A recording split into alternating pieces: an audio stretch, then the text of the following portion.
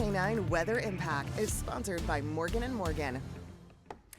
Well, today is a big day in weather and American history here in the States. 19 years ago today, Hurricane Katrina made landfall in Louisiana, devastating the city of New Orleans. Now, at the time, it was the costliest tropical cyclone on record, now tied with Hurricane Harvey back in 2017. I think all of us can remember exactly what we were doing, where we were when we started to see these images on television. But you were in New Orleans when that happened. Live coverage. I actually talked to you one day in the morning while we were there live doing live shots, and this was pictures of us in the aftermath of what was going on. You know, the storm hit, then the levees broke. 1,392 fatalities, $186 billion in damages, 80% of the city flooded. You see us right there. That was us on the interstate in a boat because the parts of the interstate was flooding. No hotels, communications. We had to use a satellite phone to communicate back then. And the Superdome, where they play football, it was a Superdome back then. It's changed names now. Where the Saints play, they had to turn it into a shelter, so they had people there. People had to relocate. Some left New Orleans, some ended up here, and they were all over the country, and never went back. So it was it's something that I will never forget because of the flooding, the devastation.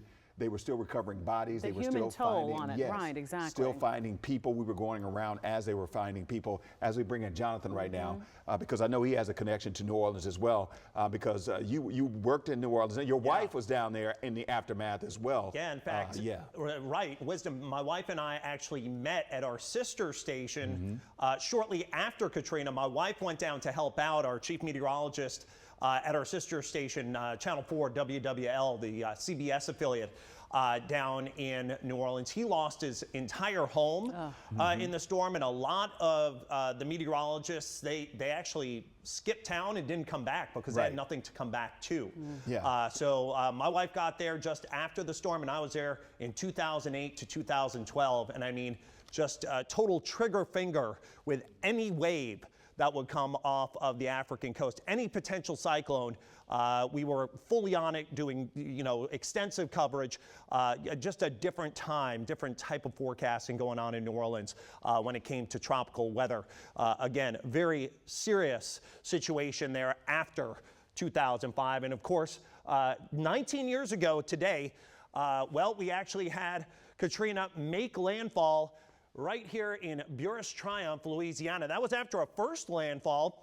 A lot of folks don't really remember this. Put down 15 to 20 inches of rain in the Miami area, and that was back on August 25th as a Category 1. The storm formed on August 23rd and then made that final landfall in southeastern Louisiana on August 29th, and that is when we had reports of the levees breaking. In fact, a lot of water. This was actually more so an engineering failure. That's what research has shown, that the walls of some of those drainage canals that drain out New Orleans, which is mainly below sea level, about 80% of the city's below sea level, those began to either fall over or get overtopped.